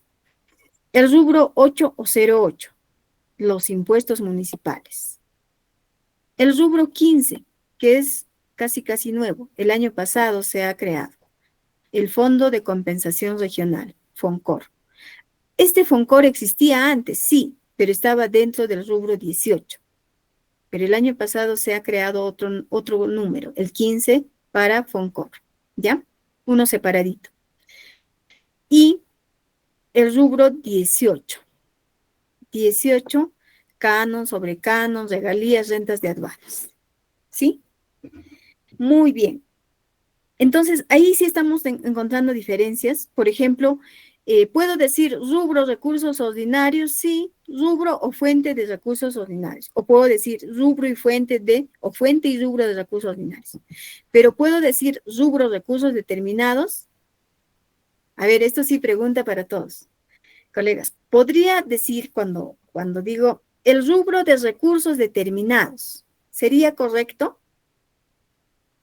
¿Qué opinan ustedes, No. colegas? ¿No? A ver, vamos a ver. Podría mencionar el rubro de, ¿qué les decía? De recursos determinados. No, ¿verdad? No podría decir. Y podría decir fuente de Foncomún, ¿sí? Podría mencionar así, viendo esta lámina. No. No, ¿verdad? Muchas gracias, colega. No puedo decir fuente de Foncomún, no. Es rubro de Foncomún, ¿ya? Entonces, es importante tener, por favor, en cuenta este cuadrito. Ahora, y si detallamos más, entramos al tipo de recurso. Tipo de recurso. ¿Pero qué es un tipo de recurso? El tipo de recurso entra a tallar aquí. Fuente, rubro y tipo de recurso. Por ejemplo, en el rubro de recursos ordinarios, tiene varios tipos de recurso, ¿ya? Lo más usual en entidades de gobierno nacional, regional y también local es el tipo de recurso 0. Tipo de recurso 0. 0, no es 00, solo un 0. 0, tipo de recurso 0. ¿Ya? Ahora, por ejemplo, en gobiernos locales, tipo de recurso para el vaso de leche. A ver, tenemos colegas de gobiernos locales. ¿Qué tipo de recurso utilizan? L, ¿no? Vaso de leche, ¿qué tipo de recurso, algún colega nos puede comentar? LL. L, muy bien, gracias, colega. Entonces, como pueden ver, ahí se va separando, digamos que estamos entrando de lo general a lo específico, ¿no? De lo general a lo específico. Cada rubro tiene sus tipos de recursos. Por ejemplo, de igual manera, en recursos directamente recaudados. Recursos directamente recaudados tiene varios tipos de recursos. Podemos ver que hay un tipo de recurso 0, que es normal, un tipo de recurso 7, cuando los fondos ya están en la cuenta única del tesoro, ¿no? Entonces, cuando digo, ¿qué tipo de recurso tiene el rubro 9 de la entidad tal? Pueda que tenga tipo recurso 0 o pueda que tenga tipo recurso 7. No puedo decir, ¿no? Es un rubro en recursos directamente recaudados, rubro 0 o rubro 7. No. Al igual que las denominaciones, ¿no? Estamos viendo que cada uno tiene un tipo de recurso distinto. Entonces, cada rubro de financiamiento tiene tipos de recursos distintos, ¿ya? Por ejemplo, en los gobiernos locales, cuando se habla del programa Extrabaja Perú, ¿no? Ahora actualmente el programa Yancasum Perú, o todas las transferencias financieras que reciba la entidad, manejan en el tipo de recurso 18. Tipo de recurso 18. Ojo que no es 18 canon, rubro, no. Tipo de recurso, que es distinto, que está dentro de este rubro, ¿ya? De igual manera, por ejemplo, para el rubro canon 18, tiene varios tipos de recurso. Tipo de recurso H, canon minero. Tipo de recurso P, regalías. Tipo de recurso I, canon hidroenergético, etcétera, etcétera. ¿Ya? Entonces, como pueden apreciar, colegas, les recalco nuevamente, a través de esto se están clasificando los fondos públicos, ¿no? Los ingresos públicos están siendo clasificados. Como les decía, es como ir de algo general a algo específico, ¿ya? ¿Y con qué fin se clasifican? El objetivo es tener un orden, ¿no? De que no puedo mezclar, por ejemplo, de pronto tengo el dinero acá en recursos ordinarios de vaso de leche, no puedo mezclar y atender un gasto de una obra que estoy atendiendo con canon, rubro 18 tipo recurso H, no lo puedo mezclar, ¿no? Entonces la idea es de ir llevando un control por separado, ¿ya? Muy bien. Asignaciones financieras. ¿Qué son las asignaciones financieras? Estas asignaciones son montos límites que autoriza el Tesoro Público. Por ejemplo, el caso del Concomún, canon, sobre canon, regalías, el Tesoro Público autoriza como un techo presupuestario, techo financiero, ¿ya? Con cargo a los fondos que se centralizan en la cuenta única del Tesoro, ¿ya? ¿Cuál es el proceso de la autorización de estos recursos mediante asignación financiera? Esto también es importante. Muchas veces las entidades dicen, hasta la fecha no me llegan los recursos. El FONCOR no me llega hasta la fecha o el FONCOMUN no llega, ¿no? Pero hay que tener en cuenta cuál es el proceso. ¿Cuál es el proceso? Entonces, cuando, por ejemplo, presupuesto establece los índices de distribución, ¿no? Hablando ya de la Dirección General de Presupuesto Público del MEP, Ministerio de Economía, establece los techos presupuestales, pero presupuesto, al igual que las entidades, establece y aprueba en la ley de presupuesto, ¿ya? Tiene los techos presupuestales. Asimismo, durante el año, por eso pusimos una barra, durante el año puedan haber proyectos que las entidades presentan a los sectores y los sectores priorizan algunos proyectos y comunican al MEF para que el MEF los evalúe y estos sean autorizados, ¿no? Comunican los montos y entonces el presupuesto ya se va modificando y hay otros recursos. Entonces, tanto de los recursos que estaban aprobados inicialmente en el presupuesto, en el PIA, también pueden haber algunos otros conceptos, recursos que son priorizados y aprobados por los diferentes sectores y luego son comunicados al Ministerio de Economía y Finanzas para que el Ministerio de Economía, a través de la Dirección General del Tesoro Público, autorice la asignación de estos recursos, ¿no? Autorización de estos recursos a las entidades de gobierno nacional, regional o local, según correspondan, para que éstas puedan utilizar a través de las subcuentas bancarias de gasto, ¿ya? a través de las cuentas bancarias de gasto. Ahora, ¿dónde visualizan las entidades las asignaciones financieras?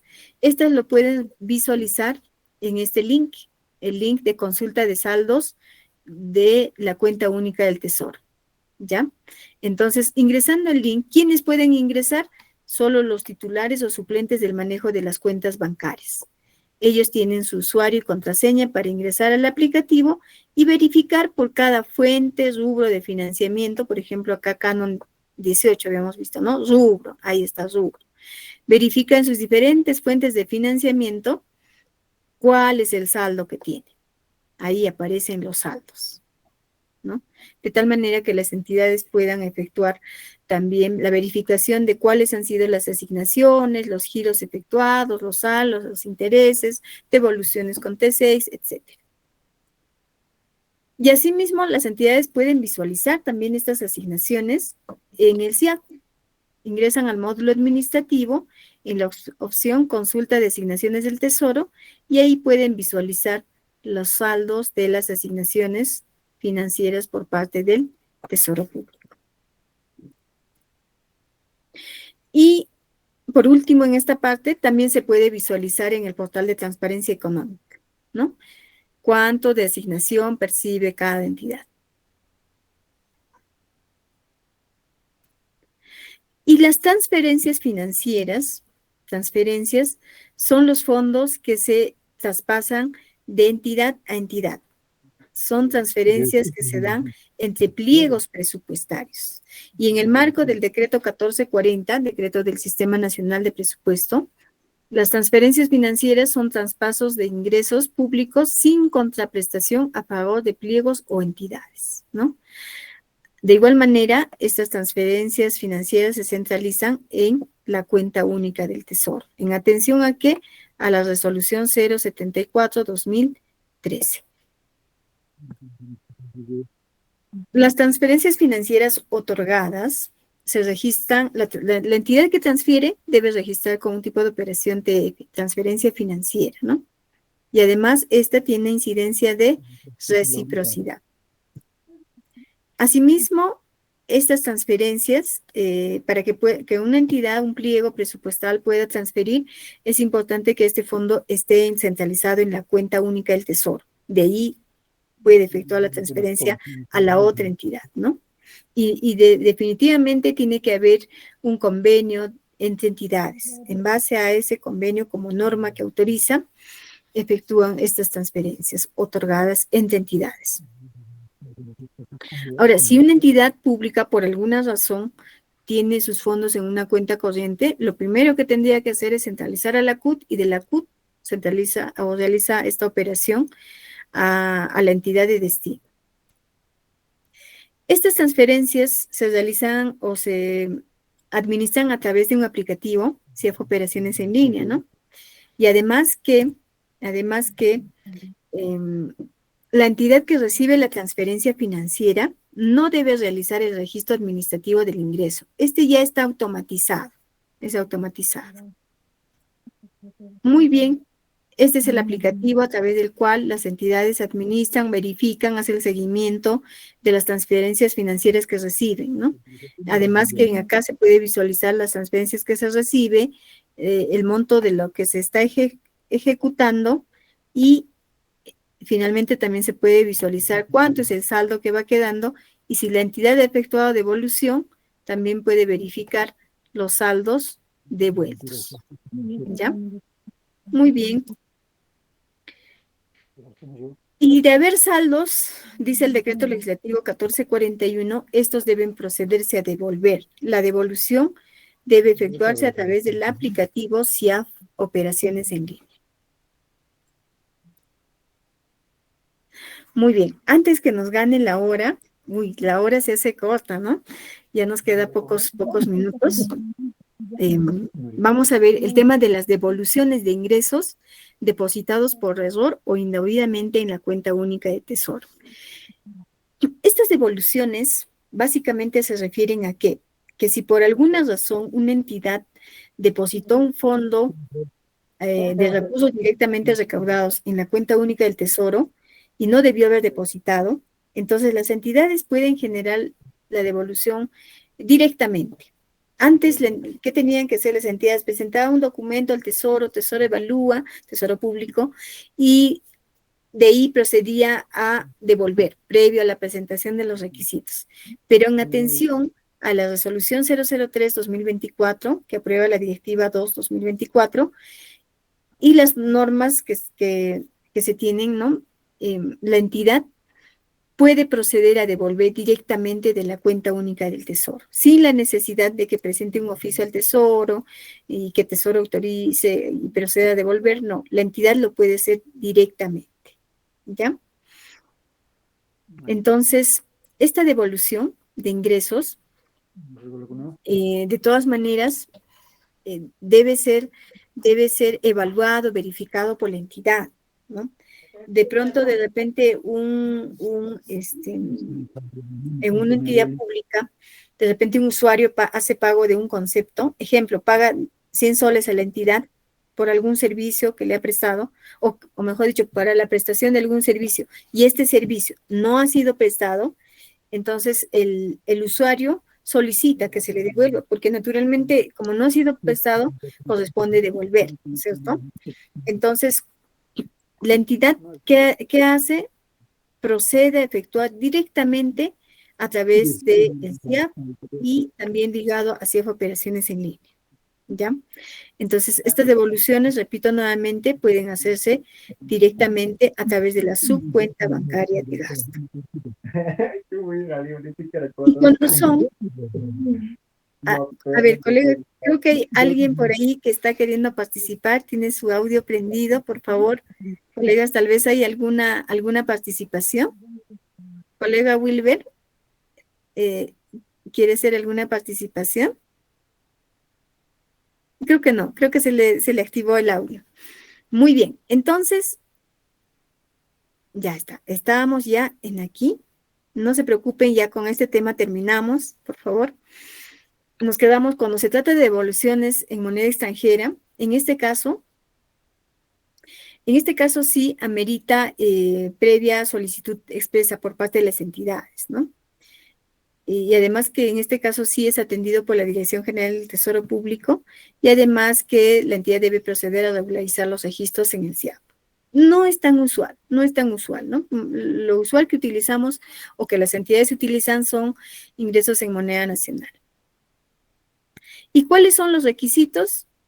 Estos 4 requisitos para efectuar estas devoluciones.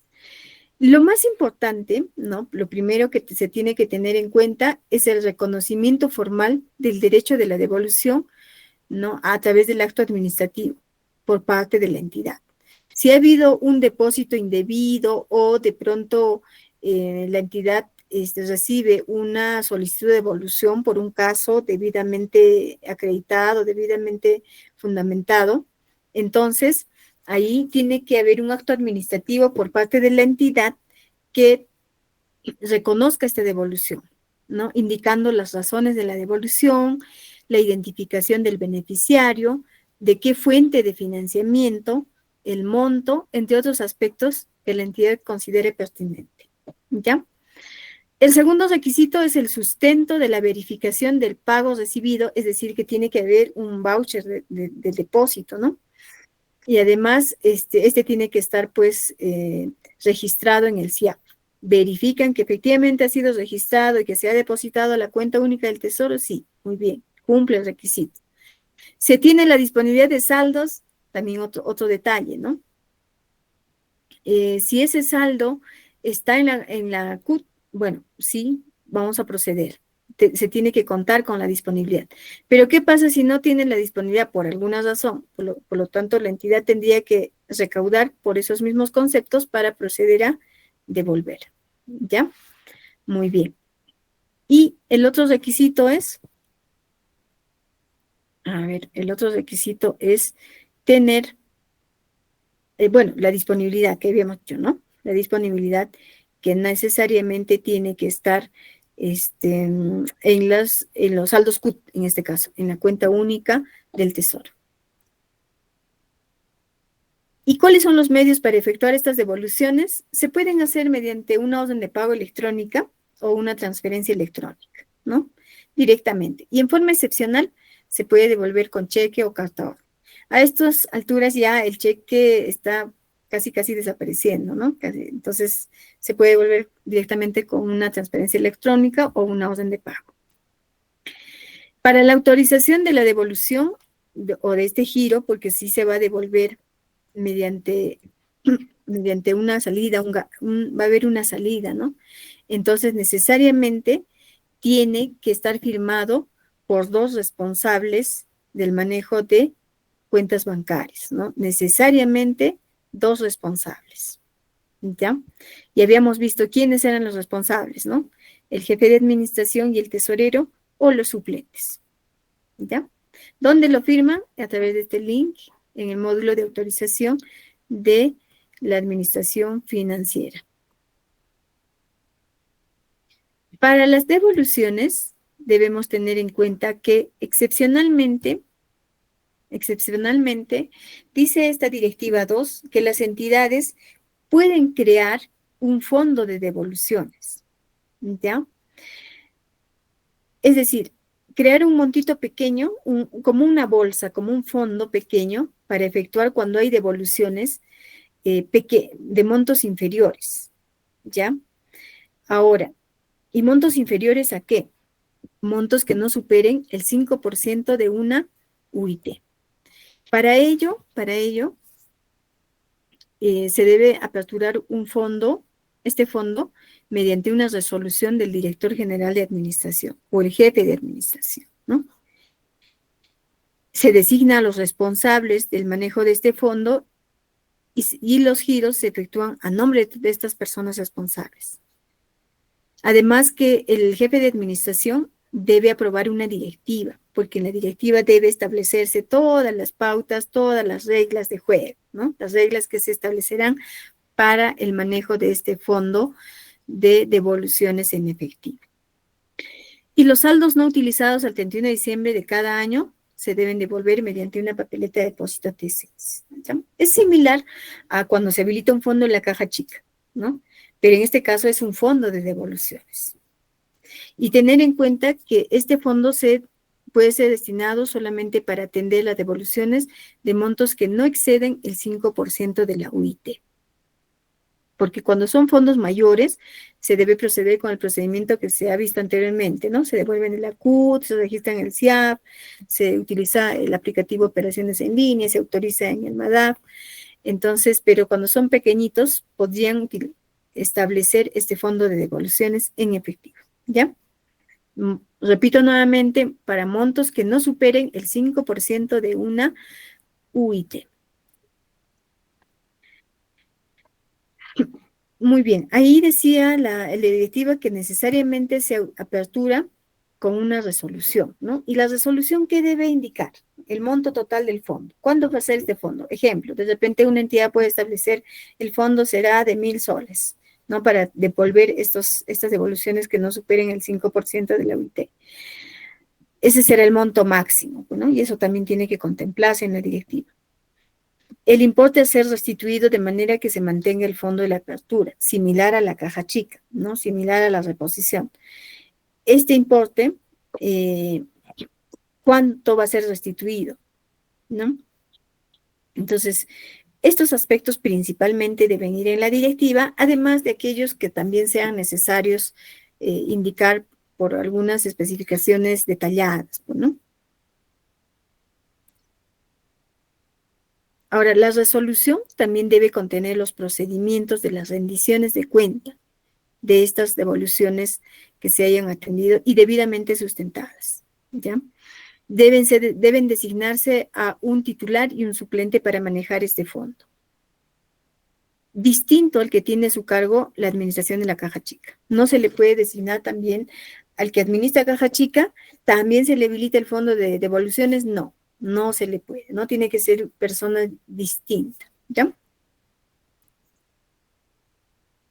Y para el giro de este fondo de devoluciones, tener en cuenta que los giros no pueden exceder de 3 veces el monto del fondo que se ha habilitado originalmente, similar a la caja chica, ¿no? Además que es importante que en la directiva de la administración del fondo, debe tenerse en cuenta que estas no tienen, están sin perjuicio a las acciones de fiscalización y control por parte del órgano de control de la entidad. Además que debe reflejarse en un estado mensual de las devoluciones con indicaciones de quiénes han sido los beneficiarios, los montos, las fechas, entre otros aspectos necesarios, pues, ¿no?, a considerar. Entonces, y todo esto también tiene que estar establecido en la directiva, necesariamente. Muy bien, entonces, con esto terminamos la presentación de esta sesión. Y por favor, tenemos unos minutitos. Si alguien tiene alguna consulta, algún comentario, podemos aprovechar estos minutitos que nos quedan, 3 minutos, 4 o 5.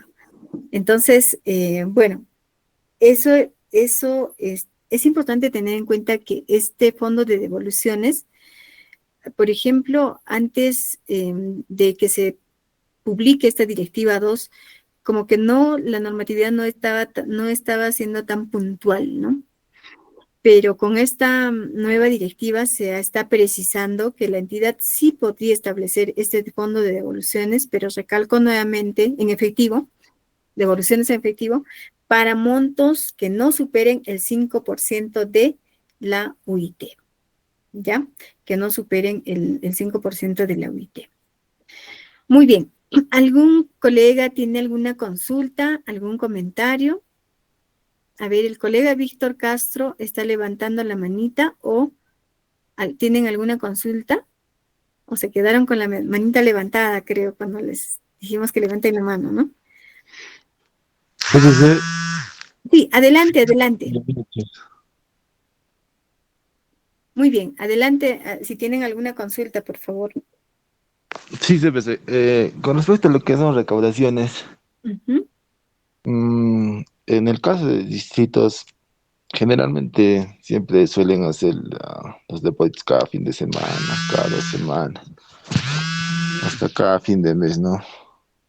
Ya, ¿Se está incurriendo en falta? Es mi pregunta, entonces, porque he visto, ¿no? Hasta se deposita de 2 meses, y creo que se está haciendo mal. Bueno, es mi duda, ¿no? Pero a lo que usted explicó, el plazo es de 24 horas. así es, así es.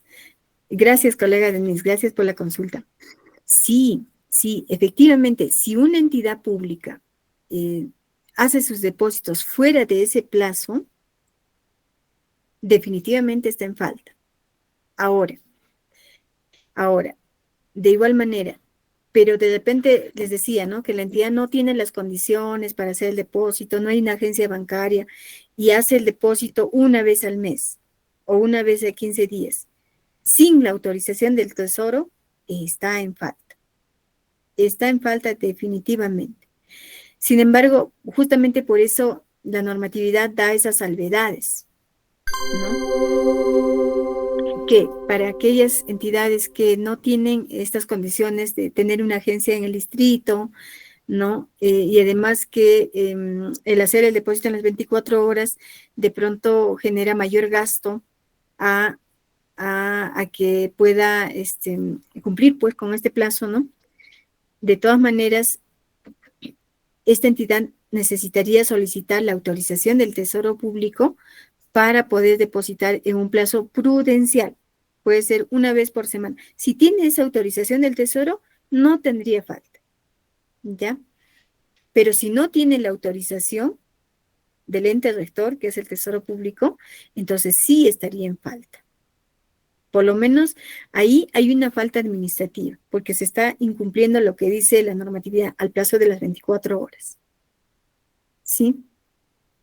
Repito nuevamente, si la entidad tiene la autorización por parte del ente rector, no estaría en falta. Pero si no tiene la autorización y simplemente la entidad deposita una vez a la semana, una vez cada 15 días, una vez al mes, sí está en falta.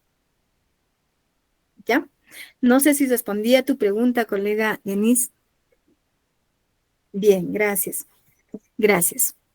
Entonces, si hubiera alguna otra consulta, aprovechamos unos minutitos, o caso contrario, concluimos con la sesión del día de hoy. Bien, entonces no habiendo más consultas. Buenas noches, estimada CPC. Sí, adelante, colega Lina. Buenas noches. Primero, agradecerle por la ponencia. Muy bonita la ponencia.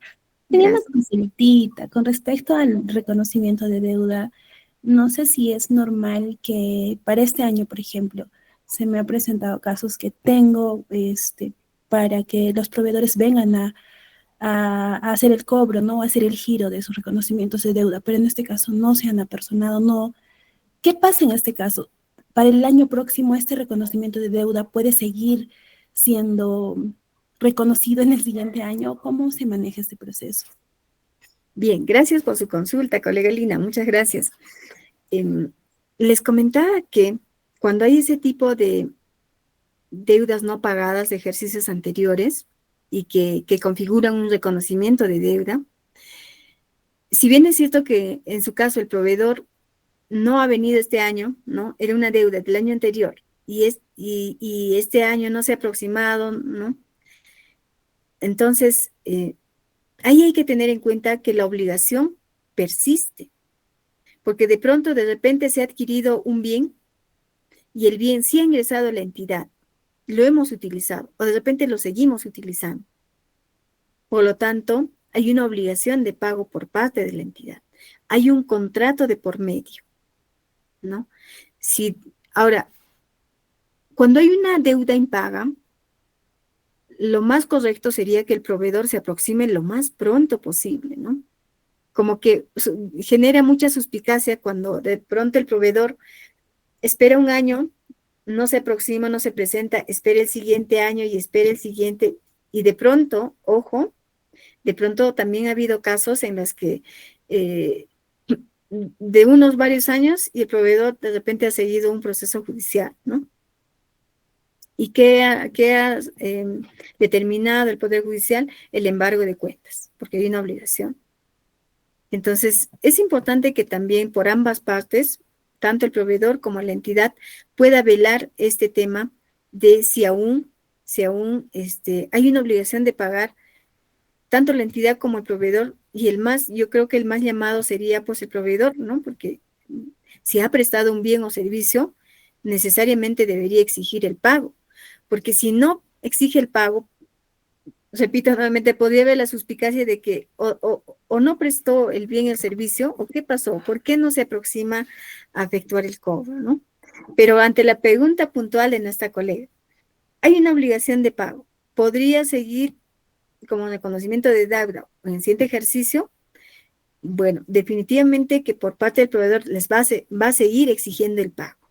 Por lo tanto, si la entidad evalúa, ¿no? Y verifica que aún existe la obligación, le da la legalidad al caso, porque repito nuevamente que no hay un marco normativo legalmente que sí diga, ¿no? Bajo tal directiva, resolución tal, existe el reconocimiento de deuda. No hay un marco normativo. ¿Por qué? Porque todo debe gastarse dentro del ejercicio. No hay razón a que deba quedar deudas para el siguiente ejercicio. Por lo tanto, en el marco de repente, hay una obligación de pago, como les digo, la entidad ya le va a dar la legalidad, ¿no? Hay una conformidad, hay una obligación a pagar, bueno, la entidad determina bajo su responsabilidad, vamos a reconocer esa deuda. Entonces, el próximo año podrían reconocer si el caso amerita, lo evalúan, que efectivamente hay una obligación de pago y que esté debidamente fundamentado, que por qué también se esperó tanto tiempo. Entonces, si la entidad tiene los recursos, le da la legalidad respectiva, sí podría atender esa obligación, reconocer esa obligación bajo su responsabilidad. No hay un marco normativo. Eso sí que va a aclarar, ¿no? Bien, colega, no sé si respondí a su pregunta.